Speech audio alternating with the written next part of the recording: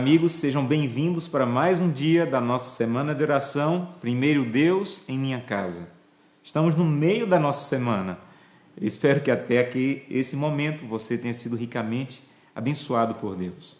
Mais uma vez, vamos abrir a Bíblia. Esse é o nosso grande objetivo, falar com Deus através da sua palavra. Eu quero convidá-lo a abrir a Bíblia em 1 Reis, capítulo 17, e vamos ler a partir do verso 8. 1 Reis, capítulo 17, a partir do verso 8. Como estamos fazendo em todos os momentos, precisamos começar pedindo a sabedoria ao Deus que inspirou sua palavra através da oração. Feche os seus olhos, vamos falar com Deus.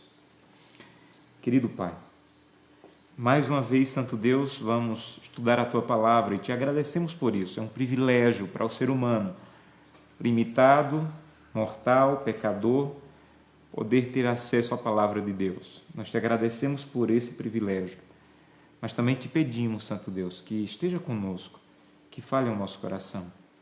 Isso te pedimos em nome de Jesus. Amém. 1 Reis 17, a partir do verso 8, diz assim: Então veio a palavra do Senhor a Elias, dizendo: Levanta-te e vai para Serepta, que pertence a Sidom, e demora-te ali, onde ordenei a uma mulher viúva que te dê comida. Então ele se levantou e se foi a Serepta. Chegando à porta da cidade, estava ali uma mulher viúva apanhando lenha. Ele a chamou e lhe disse: Traze-me, peço-te, uma vasilha de água para eu beber. Indo ela a buscá-la, ele a chamou e lhe disse: Traze-me também um bocado de pão na tua mão. Porém ela respondeu: Tão certo como vive o Senhor teu Deus, nada tenho cozido. Há somente um punhado de farinha numa panela e um pouco de azeite numa botija. E veis aqui, apanhei 2 cavacos e vou preparar este resto de comida para mim e para o meu filho. Comê-lo-emos e morreremos. Elias então lhe disse: Não tenha medo. Vai, faze o que disseste, mas primeiro faze dele para mim um bolo pequeno e traze-me aqui fora.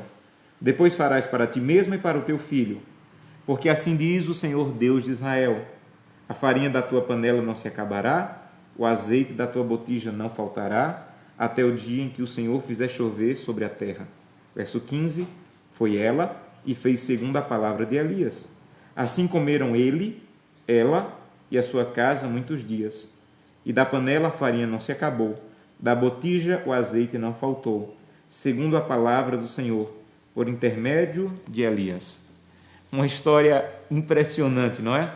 Uma história conhecida, uma história que desde pequenos ouvimos na igreja, mas é uma história que talvez você não tenha parado para pensar nela na perspectiva que queremos apresentar essa semana. A ideia de Deus em primeiro lugar, como é o tema da nossa semana. Vejam, quando Elias está vivendo esse momento, é na verdade o momento da pior crise na história do povo de Israel. Desde o momento em que os reinos norte e sul foram divididos, lá com o neto de Davi, esse é o momento de maior crise. Um rei chamado Acabe, casado com uma rainha chamada Jezabel, está governando o povo de Israel e levou o povo de Deus à idolatria, levou o povo de Deus à distância. E Deus, para resolver crises, Ele levanta homens. Nunca esqueça disso. Me mostre uma crise na Bíblia e eu vou lhe mostrar a solução de Deus. A solução de Deus sempre é homens e mulheres consagrados para enfrentar essas crises. Você lembra da história, por exemplo, de Golias? O povo está com medo diante do gigante, Deus não levanta um exército, Deus levanta um homem, Davi. O povo está há mais de 400 anos no Egito, Deus não levanta um exército, Deus levanta um homem, Moisés. Quais são as crises que você está enfrentando? Quais são as crises que a tua igreja enfrenta? A solução de Deus sempre é homens e mulheres consagrados para enfrentar essas crises. Mas há uma outra verdade nessa história. A verdade é que essa história não tem apenas uma crise, tem várias. Tem a crise espiritual do povo de Deus. Tem a crise da falta de chuva, da seca. Deus manda Elias para outra crise, para o deserto. Os corvos o alimentam, mas vem outra crise, o riacho que ele bebia água seca. Aí vem outra crise, ele vai para uma viúva que não tem comida. E logo em seguida do que lemos tem outra crise, o filho da viúva morre. É crise sobre crise, crise e mais crise. Para te mostrar uma coisa, meu irmão, minha irmã, Deus não se atrapalha com crises, Deus age nas crises. Quais são as tuas crises? Você tem um Deus poderoso para enfrentar, agir e resolver. Mas algumas vezes, Deus permite que as crises cheguem, porque nós somos propensos como seres humanos a olhar muito para o balde das bênçãos. E às vezes Deus permite que o balde seque um pouquinho para a gente tirar os olhos do balde e começar a colocar os olhos na fonte. Nós estamos vivendo um momento em nosso país de uma crise sem precedentes. Uma crise política, uma crise econômica, uma crise moral. Eu imagino que de alguma maneira essa crise te atingiu. Alguns perderam emprego, milhares estão desempregados, a renda de muitos diminuiu. E sabe por que Deus permite as crises? Para que você não fique só olhando para o balde. Às vezes o balde seca para você olhar para a fonte. E sabe quem é a fonte? A fonte do nosso povo. Não é uma moeda forte, não é um dólar baixo. A fonte do nosso povo é o Deus de Israel. Essa é a tua fonte. Você quer enfrentar crises? Você tem que ir para a fonte, o Deus de Israel. Há uma coisa muito impressionante para mim nessa história. Deus havia dito a Elias: vai, porque eu preparei uma viúva, uma mulher que vai te alimentar. E ele foi. Quando ele chegou na porta da cidade, viu uma viúva, uma mulher, e resolveu pedir comida a ela. E ela disse: eu não tenho. E ela estava falando a verdade. E ela acrescentou: o que eu tenho só dá para comer hoje, e depois eu e o meu filho vamos morrer. Há uma coisa aqui, veja, Deus poderia ter enviado Elias para qualquer pessoa, mas Deus enviou Elias para uma mulher que está vivendo o pior momento da sua crise. Pensa comigo, se Elias tivesse ido para a casa da viúva 15 dias antes, ele teria dito assim: eu tenho um pouquinho de comida, mas ainda dá para 15 dias. Ela teria dito: eu tenho comida, mas dá para 15 dias, vamos dividir. Se Elias tivesse ido para a casa da viúva uma semana antes, ela diria: eu só tenho comida para mais uma semana, mas ainda dá para dividir. Mas sabe quando Elias foi enviado para a casa da viúva? No pior momento da crise dela. No momento em que ela disse: eu vou comer com meu filho e vou morrer. No pior momento da crise, Deus sempre envia os seus servos para dizer: confie no Senhor. No pior momento da crise daquela mulher, Elias não levou uma cesta básica. Elias não levou uma comida no bolso. Sabe o que Elias levou? Verso 13. Elias disse para ela: eu sei que você só tem comida para mais um dia, mas faça o seguinte: faça e traga primeiro para mim. Elias, naquele momento, representava Deus. O que ele estava dizendo, na verdade, para a viúva era: a solução para a crise não é guardar, não é estocar e não é ser infiel. Ele estava dizendo: a solução da crise é confiar na providência de Deus, confiar no cuidado de Deus. Eu fui pastor em uma cidade e era o meu primeiro distrito, e quando eu cheguei na igreja querendo saber como ser pastor, era muito novo, eu fui recebido por uma irmã muito querida e ela disse: pastor, aqui na cidade nós não temos hotel, não temos pousada, o pastor fica hospedado na minha casa. E quando eu cheguei na casa da irmã, uma casa bonita, ela me disse: pastor, eu vou gostar do Senhor, com o tempo eu vou aprender a gostar do Senhor, mas por favor não me peça para deixar de gostar do pastor anterior, o pastor Cid. E eu sorri e disse: irmã, não vou pedir para a senhora parar de gostar do pastor Cid, mas eu estou começando meu ministério, por que a senhora gosta tanto do pastor Cid? Me ajude a entender. E ela, com emoção, disse: pastor, eu morava numa casa que na verdade não era uma casa, era um lixo.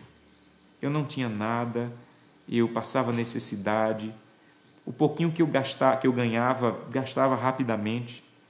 E o pastor Cid me visitou uma vez, 2 vezes, 3 vezes. E em uma das visitas ele disse: irmã, a senhora não pode viver nessa situação. Irmã, seja fiel a Deus, confie em Deus. E ela disse: pastor, eu fiquei com tanta raiva do pastor, porque eu achava que ele ia levar uma cesta básica para mim. Sabe o que ele foi levar? O pastor foi dizer que eu deveria ser fiel. E eu não acreditei, porque eu tinha tão pouco, ele ainda queria que eu fosse fiel num pouco. E o pastor disse: irmã, não fique magoado comigo, eu sou seu pastor e eu tenho que lhe avisar. Deus quer lhe ajudar a enfrentar essa crise, mas confie nele. E ele disse: irmã, pior do que está, não vai ficar se a senhora confiar em Deus. E ela disse que guardou aquilo no coração. Pior do que está, não é possível. E ela disse: pastor, eu comecei a ser fiel a Deus. Não porque esperava alguma coisa em troca, não porque esperava que Deus me devolvesse, mas porque eu queria apresentar a minha fidelidade a Deus como reconhecimento de que Ele era o meu Deus. E eu comecei a ser fiel no pouquinho que eu tinha. E alguns meses depois, ela disse: eu recebi um telegrama, o meu esposo, ele faleceu em um outro estado, em uma empresa em que ele trabalhava, e no telegrama dizia que eu iria receber uma pensão e um valor que eu tinha direito pela morte do esposo, e foi com esse valor que eu comprei essa casa. Por isso eu amo tanto o pastor, porque ele teve coragem de olhar nos meus olhos e dizer: seja fiel, traga primeiro ao Senhor. Sabem, nós temos vários objetivos nessa semana, mas um dos principais é convidá-la a colocar Deus em primeiro lugar na tua vida. É convidá-la a começar o dia na presença de Deus. Não saia de casa, não vá para o mundo mau e violento, sem estar batizado pela presença do Espírito. Primeiro Deus ao começar o dia. Não deixe a tua família sair de casa sem um culto familiar. Primeiro Deus na tua família. Não deixe de ser fiel a Deus com as primícias. Primeiro Deus nos teus recursos. E assim você vai enfrentar crises. E você vai saber como resolver as crises por Deus agir em tua vida. Mas há uma outra lição nessa história que também me chama a atenção. Sabe, eu gosto de pensar de onde veio a coragem de Elias. Se coloque no lugar de Elias. Você acha que seria fácil ver uma viúva com um filho, fazendo a última refeição, esperando a morte, e você ainda ter a coragem de dizer: traga primeiro para mim? Você acha que foi fácil? No lugar de Elias você faria o mesmo? Às vezes eu penso que eu não faria assim. Por que Elias fez? Você acha que Elias foi firme com a viúva porque estava preocupado com a fome dele? Você acha que Elias pensou assim: eu tenho que ser firme com essa viúva porque se ela não me der comida eu não vou almoçar hoje, então eu vou ser firme com ela e dizer: traga primeiro para mim? Entenda uma coisa: um homem que vem do deserto e é alimentado por corvos não tem medo de passar fome. A preocupação de Elias, meu irmão, minha irmã, não era com ele. A preocupação de Elias era com a viúva. Sabe por que estamos fazendo essa semana de oração? Não é porque as coisas não vão bem na igreja e precisamos dizer: olha, você tem que ser fiel. A nossa grande preocupação como líderes é com tua vida, com tua família.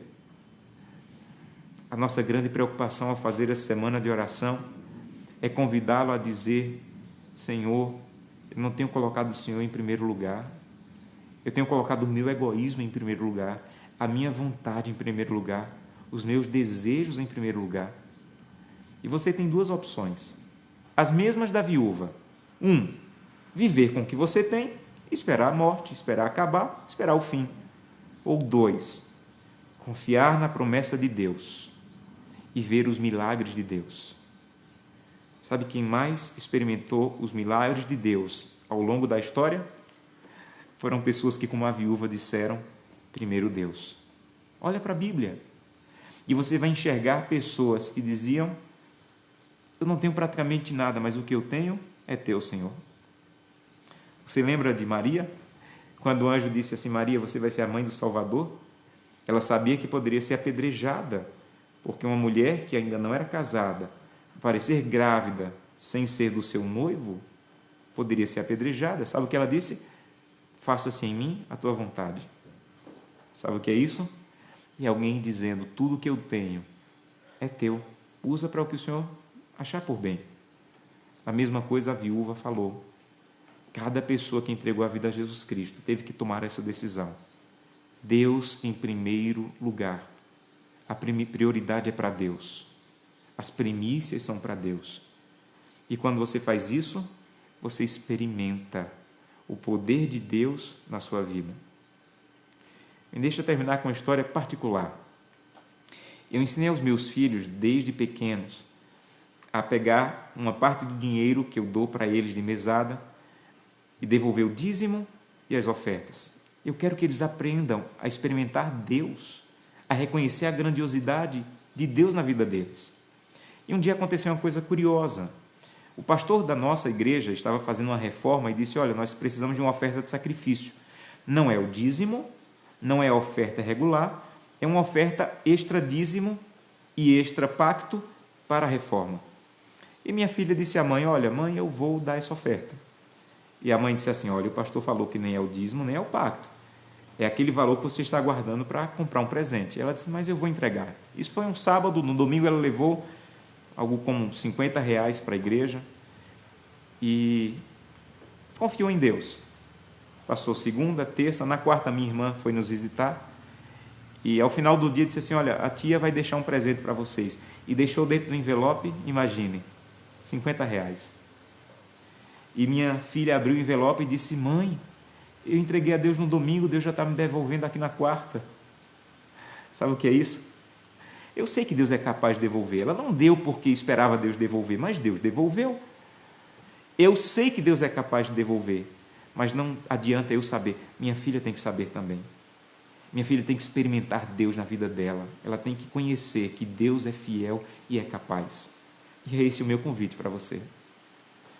Eu quero convidá-lo hoje a dizer: Santo Deus, a prioridade é tua, a primazia é tua, e eu quero te colocar em primeiro lugar na minha vida. Esse é o seu desejo?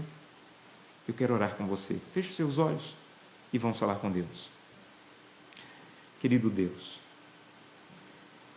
a tua palavra hoje nos fez um convite. Me coloque em primeiro lugar.